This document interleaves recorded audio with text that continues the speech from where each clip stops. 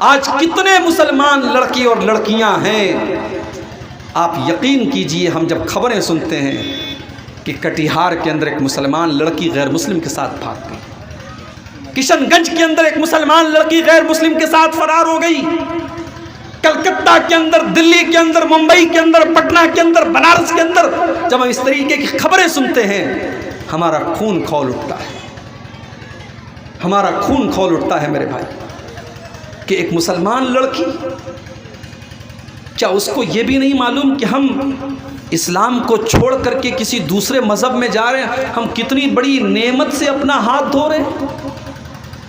اس کائنات کی اگر سب سے بڑی کوئی نعمت ہے میرے پیارے ساتھیوں تو وہ اسلام ہے۔ اسی لیے جب اللہ نے اسلام کو مکمل کیا اور سورہ مائدہ کی جب آیت اللہ نے نازل کی تو اس آیت میں اللہ تعالیٰ نے اسلام کو اپنی نعمت قرار دیا۔ اليوم اکملت لکم دینکم واتممت علیکم نعمتی ورضیت لکم الاسلام دینا، آج میں نے تمہارے دین کو مکمل کر دیا اور میں نے اپنی نعمت کو تم پر تمام کر دیا، اور اسلام کو میں نے تمہارے لیے سلیکٹ کر لیا، اسلام کو چن لیا۔ اب اسلام کے علاوہ کوئی دوسرا دین تم لے کر کے آؤ گے تو قبول نہیں کیا جائے گا۔ ایک مسلمان لڑکا یا لڑکی کیسے اسلام کو چھوڑ سکتا ہے جب اللہ تعالیٰ نے یہ اعلان کر دیا وَمَن يَبْتَغِ غَيْرَ الْإِسْلَامِ دِينًا فَلَن يُقْبَلَ مِنْهُ، اسلام کو چھوڑ کر کے تم کوئی دوسرا مذہب اگر لے کر کے آؤ گے اللہ کی بارگاہ میں کوئی دوسرا مذہب قبول نہیں کیا جائے گا۔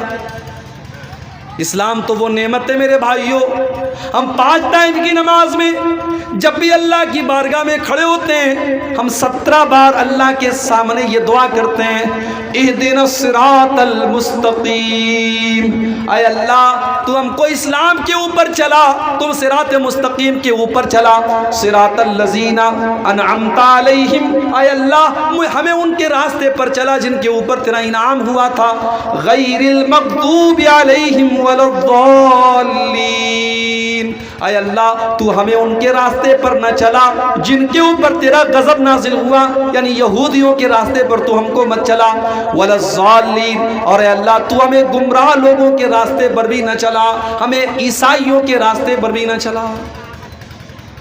ہم 17 بار سنتوں کو چھوڑ دیجئے، وتر کی نماز کو چھوڑ دیجئے، نوافل کو چھوڑ دیجئے، صرف فرض کی اگر گنتی کی آپ بات کریں تو فجر سے لے کر کے عشاء تک 5 ٹائم کی نماز میں ہم 17 بار اللہ سے کیا مانگتے ہیں؟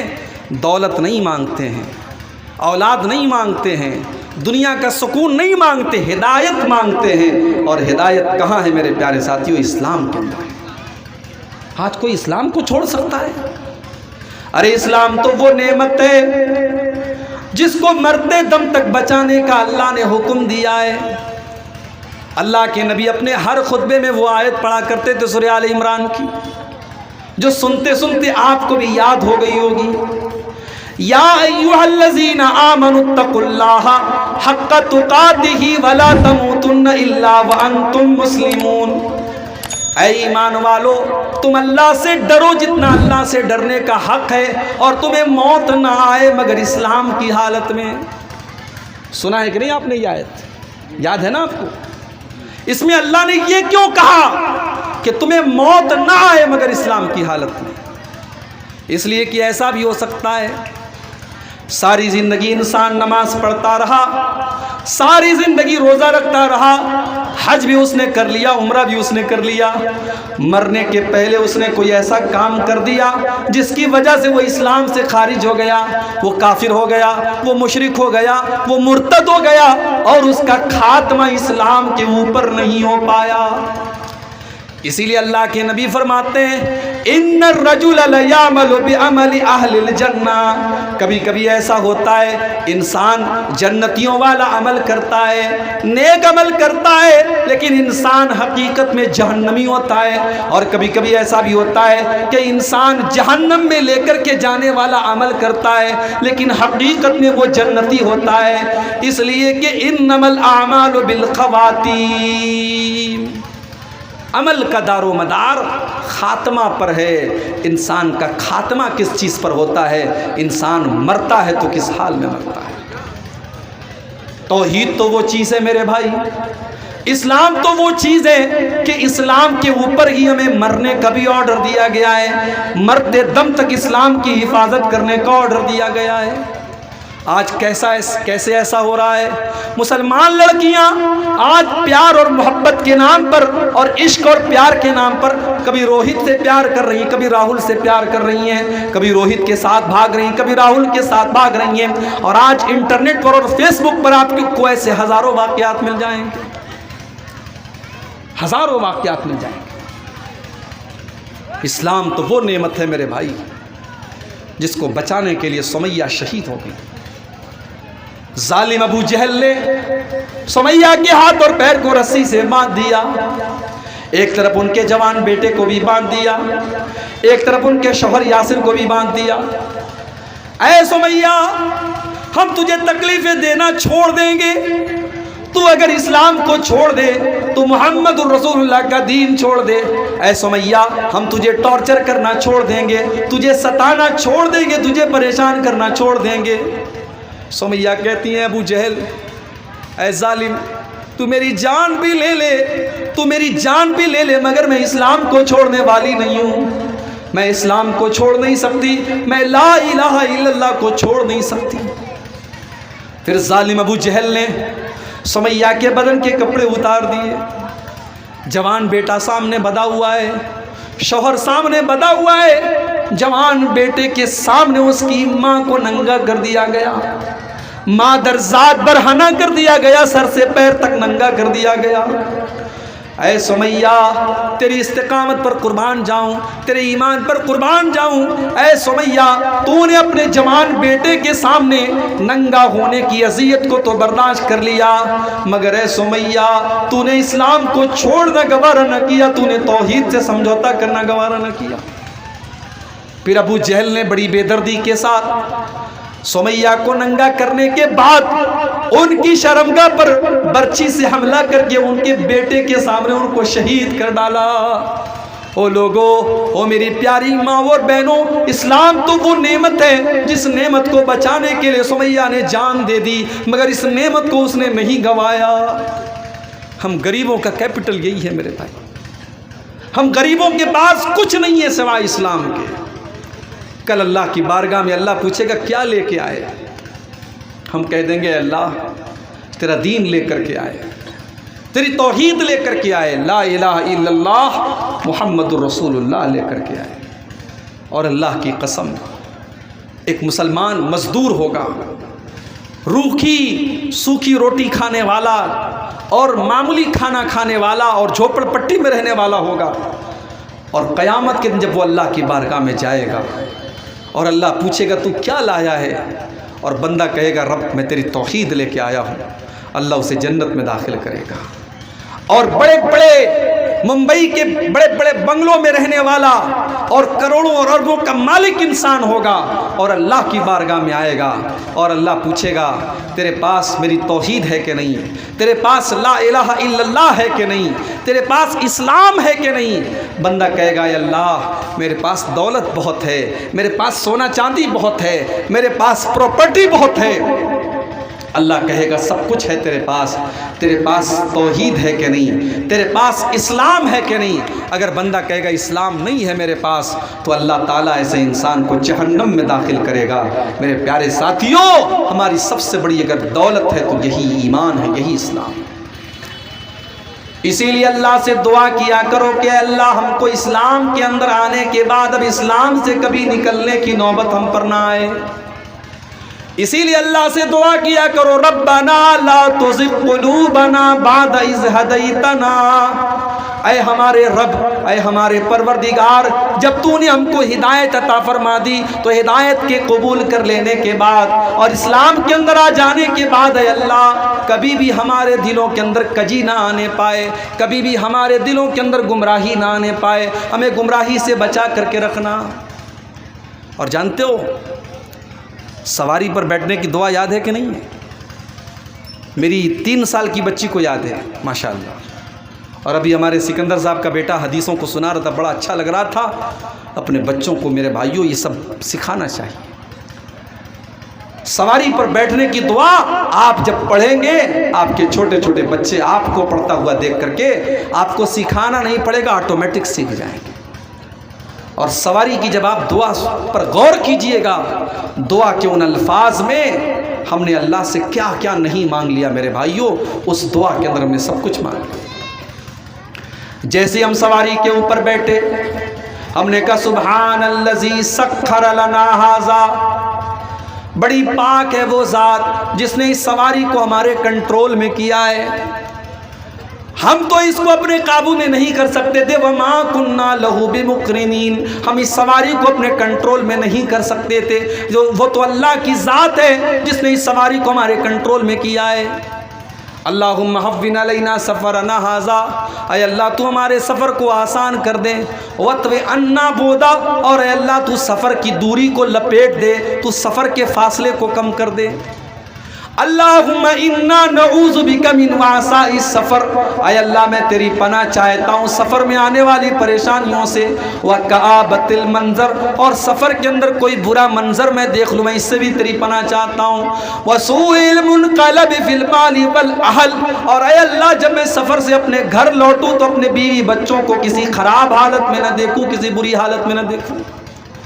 اور اسی دعا کے اندر اللہ کے نبی ایک اور دعا کرتے تھے، وَمِنَ الْحَوْرِ بَعْدَ الْقَوْرِ، اور اے اللہ میں تیری پناہ چاہتا ہوں حور سے، کور کے بعد حور سے تیری پناہ چاہتا ہوں۔ یہ حور کا مطلب کیا ہے اور کور کا مطلب کیا ہے؟ پگڑی دیکھو، پگڑی بولو بھائی، پگڑی دیکھو نہیں دیکھو؟ کیا بولتے ہیں پگڑی کو بنگلہ میں؟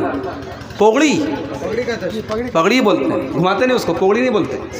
تو پگڑی کو عربی میں پگڑی کے لپیٹنے کو بولتے کور۔ غور کیجئے گا، پگڑی کے لپیٹنے کو کیا بولتے؟ کور۔ الکور کا مطلب پگڑی کو لپیٹنا، اور الحور کا مطلب پگڑی کو کھول دینا۔ اللہ کے نبی کیا دعا کر رہے ہیں؟ اے اللہ میں تیری پناہ چاہتا ہوں من الحور بعد الکور، اسلام کی پگڑی کو لپیٹنے کے بعد اے اللہ اسلام کی پگڑی کھل نہ جائے۔ کبھی آپ نے غور کیا ہوگا پگڑی کو باندھنے کے ٹائم بڑی محنت لگتی ہے، بڑا سیٹ کرنا پڑتا ہے، بڑا ڈیزائن دیکھنا پڑتا ہے، آئینے کے سامنے کھڑا ہونا پڑتا ہے، لیکن پگڑی کو کھولنے میں کوئی ٹائم نہیں لگتا۔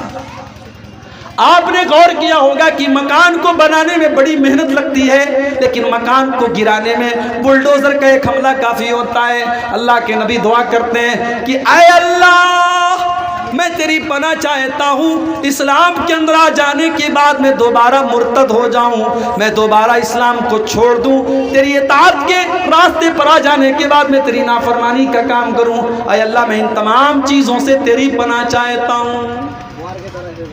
ایک انسان پہلے سے غلط کام کر رہا ہے، وہ برا کر رہا ہے، مگر ایک انسان سیدھے راستے پر آنے کے بعد غلط کام کرے، یہ زیادہ افسوس کی بات ہے۔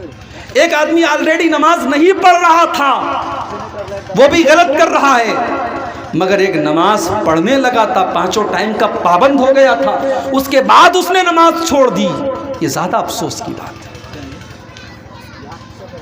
اللہ کے نبی دعا کر رہے ہیں اے اللہ میں تیری پناہ چاہتا ہوں حور، کور کے بعد حور سے، تیری اطاعت کے کام کرنے کے بعد تیری نافرمانی کا کام میں کروں، اس سے میں تیری پناہ چاہتا ہوں۔ اسی لیے میرے بھائیوں اللہ کے نبی یہ بھی دعا کیا کرتے تھے، یا مقلب القلوب، اے دلوں کے پھیرنے والے، ثبت قلبی علی دینک، اے اللہ تو میرے دل کو اپنے دین کے اوپر ثابت قدم کر دے، جما دے۔ دل جو ہے نا، دل کو عربی میں قلب بولتے ہیں، جانتے ہو دل کو قلب کیوں بولتے ہیں؟ قلب کے معنی عربی میں ہوتے ہیں پلٹنا، دل ہمیشہ پلٹتا رہتا ہے، دل چینج ہوتا رہتا ہے، دل کبھی ایک حالت میں نہیں رہتا ہے، اسی لیے دل کا نام قلب پڑا، کیونکہ دل ہمیشہ پلٹتا رہتا ہے، اور جب دل پلٹتا رہتا ہے تو اللہ کے نبی دعا کرتے تھے کہ اے دلوں کے پلٹنے والے، اے دلوں کے چینج کرنے والے، اے اللہ میرے دل کو اپنے دین کے اوپر اسٹیبل کر دے، میرے دل کو اپنے دین کے اوپر فکس کر دے، میرے دل کو اپنے دین کے اوپر جما دے، میرے دل کے اندر کبھی گمراہی نہ آئے، کبھی کوئی کجی نہ آئے، کبھی کوئی ٹیڑھا پن نہ آئے۔ جب اللہ کے نبی یہ دعا کرتے تھے تو حضرت انس بن مالک رضی اللہ تعالیٰ عنہ نے پوچھا کہ اے اللہ کے نبی، کہ آپ کو ہمارے بارے میں بھی ڈر ہے؟ ہم تو آپ کے اوپر ایمان لائے، ہم نے اسلام قبول کر لیا، کہ آپ کو ہمارے بارے میں بھی ڈر ہے کہ ہمارا دل پلٹ جائے گا؟ اللہ کے نبی نے فرمایا اے انس، ان قلوب بنی آدم بین اصبعین من اصابع الرحمن، اے انس، تمام کے تمام انسانوں کے دل اللہ تعالیٰ کی 2 انگلیوں کے درمیان ہے۔ اب اللہ کی 2 انگلیاں کیسی ہیں ہمیں نہیں پتا، لیکن اللہ کی انگلی ہے۔ ہم نعوذ باللہ یہ نہیں کہہ سکتے کہ اللہ کی انگلی ہماری انگلی کی طرح ہے۔ اللہ کی انگلی ہے، ہم ایمان رکھتے ہیں۔ اب اللہ کی انگلی کیسی ہے، کیفیت ہم نہیں جانتے۔ سارے آدم کے اولاد کے دلوں کو اللہ تعالیٰ اپنی 2 انگلیوں کے درمیان گھماتا رہتا ہے۔ اسی لیے میں اللہ سے دعا کرتا ہوں کہ اے دلوں کے پھیرنے والے اور اے دلوں کے پلٹنے والے، تو میرے دل کو اپنے دین کے اوپر ثابت قدم رکھ دے۔ آج میرے بھائیوں اس دعا کو ہمیں اور آپ کو پڑھنے کی ضرورت ہے۔ یہ فتنوں کا دور ہے، اور نبی نے اس دور کے بارے میں کہا تھا کہ شام کو آدمی مسلمان ہوگا، صبح کو کافر ہوگا، صبح کو مسلمان ہوگا، شام کو کافر ہوگا۔ اور آج وہ دور اور حالات ہم دیکھ رہے ہیں میرے بھائی۔ آج کتنے مسلمان لڑکی اور لڑکیاں ہیں جو اسلام کے ماننے والے تھے، مسلمان گھر میں پیدا ہوئے تھے، مگر بعد میں وہ مرتد ہو گئے، اسلام کو انہوں نے چھوڑ دیا، یا اسلام کو چھوڑ کر کے دوسرا مذہب قبول کر لیا، یا پھر وہ مذہب سے ہی دور ہو گئے، وہ ملحد ہو گئے، وہ بے دین ہو گئے۔ آج کتنے بڑی تعداد میں نوجوان لڑکوں کے اندر بھی یہ بیماری آ رہی ہے، اور نوجوان لڑکیوں کے اندر بھی یہ بیماری آ رہی ہے۔ اور اس دور میں ہمیں اور آپ کو کرنا کیا چاہیے، اس پر بھی کچھ باتیں آپ سن لیجیے۔ اگر آپ چاہتے ہیں کہ آپ کی آنے والی نسلیں اسلام پر چلیں، ان مدرسوں کو قائم رکھو میرے بھائی۔ اسکول تو کھلتے رہیں گے، کالج تو کھلتے رہیں گے، آپ کے بچے سائنس اور ٹیکنالوجی پڑھیں گے، آپ کے بچے ڈاکٹر تو بنیں گے، انجینئر تو بنیں گے، وکیل تو بنیں گے، مگر ان کو کالج میں، اسکول میں کوئی یہ بتانے والا نہیں ہوگا کہ اللہ کون ہے، ان کو کوئی یہ بتانے والا نہیں ہوگا کہ رسول کون ہے، ان کو ایمان کیا ہے، اسلام کیا ہے، ان کو یہ ساری باتیں اگر بتائی جائیں گی تو انہیں مدرسوں میں بتائی جائیں گی۔ اس لیے ان مدرسوں کی حفاظت کرو، ان علم دین کے مرکزوں کی حفاظت کرو، اور اپنے بچوں کو دین کی تعلیم دو۔ اللہ نے قرآن کے 28ویں پارے میں فرمایا یا ایھا الذین آمنوا قوا انفسکم واہلیکم نارا وقودھا الناس والحجارہ، اے ایمان والو اپنے آپ کو اور اپنے گھر والوں کو جہنم کی آگ سے بچاؤ، علیہا ملائکۃ غلاظ شداد لا یعصون اللہ، جہنم کے جو داروغہ ہوں گے وہ بڑے سخت قسم کے ہوں گے، اور وہ کسی کے ساتھ کوئی مروت نہیں کریں گے۔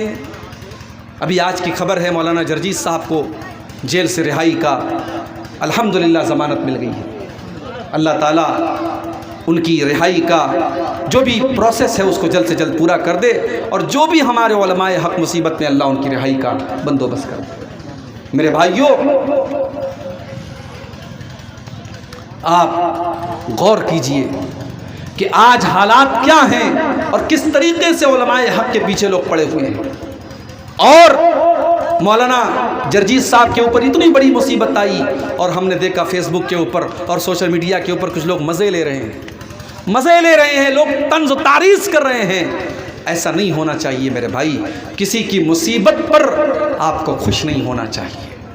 ان کے بھی بیوی بچے ہیں، ان کے بھی ماں باپ ہیں، ان کے والد حافظ الیاس صاحب اٹاوا کے سب سے نیک انسان مانے جاتے ہیں، آج وہ بستر پڑے ہوئے ہیں، ہارٹ کے مریض ہیں، اپنے بیٹے کے جیل میں جانے کے غم اور صدمے میں گھل رہے ہیں، اور آپ اس مصیبت پر خوشی منا رہے ہیں۔ ہم نے پہلے بھی کہا تھا اور آج بھی کہہ رہے ہیں کہ علماء کی عزت و آبرو کی حفاظت ہم سب کی ذمہ داری ہے۔ علماء کی قدر کیجیے، علماء سے جڑ کر کے رہیے، اور جو صحیح علماء ہیں، جو قرآن و حدیث کے بیان کرنے والے علماء ہیں، ایسے علماء سے ہمیں اور آپ کو جڑ کر کے رہنا چاہیے۔ قیامت کے پہلے ایک ایسا دور بھی آئے گا جب علماء سے لوگ دور ہو جائیں گے اور علماء کا درجہ لوگ جاہلوں کو دے دیں گے۔ بڑی مشہور حدیث ہے، آپ نے کئی بار سنی ہوگی، صحیح بخاری کی حدیث ہے۔ اللہ کے پیارے نبی فرماتے ہیں ان اللہ لا یقبض العلم انتزاعا ينتزعه من العباد۔ دیکھیے پرچی میرے پاس آئی ہے، مولانا صاحب نے کہا ہے، پرچی میں لکھا ہوا ہے تعاون کی اپیل کریں، تو آپ لوگ دان دیجئے، چندہ دیجئے، میں تقریر کے لاسٹ میں بھاری بھرکم سی دعا آپ کے لیے انشاءاللہ کر دوں گا۔ اب میں بنگلہ میں تو دعا نہیں کر سکتا، بھی اردو میں دعا کر دوں گا۔ اللہ تعالیٰ آپ کو جنت الفردوس میں جگہ عطا فرمائے، اور جو بھی لوگ تعاون کیے ہیں یا کریں گے، اللہ تعالیٰ ان کے تعاون کو قبول کرے۔ میں انشاءاللہ ان کے حق میں دعا کروں گا۔ آپ جانے کے پہلے یہ کام کر کے جائیں گے، آپ کے جیب میں جو کچھ بھی آپ یہاں خالی کر کے جائیں گے، یہ آپ وعدہ کر کے جائیے یہاں سے۔ تو اللہ کے نبی فرما رہے کہ اللہ تبارک و تعالیٰ دنیا سے علم کو اچانک نہیں اٹھائے گا۔ ایسا نہیں کہ علم دنیا سے اچانک اٹھ جائے گا۔ علم کیسے اٹھے گا؟ وَلَٰكِن يَقْبِضُ الْعِلْمَ بِقَبْضِ الْعُلَمَاءِ، اللہ تعالیٰ علماء کو دنیا سے اٹھا لے گا۔ حَتَّىٰ إِذَا لَمْ يُبْقِ عَالِمًا، یہاں تک کہ جب کوئی عالم نہیں بچے گا، اتَّخَذَ النَّاسُ رُءُوسًا جُهَالًا، لوگ جاہلوں کو اپنا سردار بنا لیں گے، جاہلوں کو اپنا مفتی بنا لیں گے، جاہلوں سے تقریر کروائیں گے، لیلا مجنوں کی کہانیاں اسٹیج پر سنائی جائیں گی۔ آپ کے بنگال اور سیمانچل میں بہت سارے میں جانتا ہوں، ایسے وقتاؤں کو جانتا ہوں، ایسے مقررین کو جانتا ہوں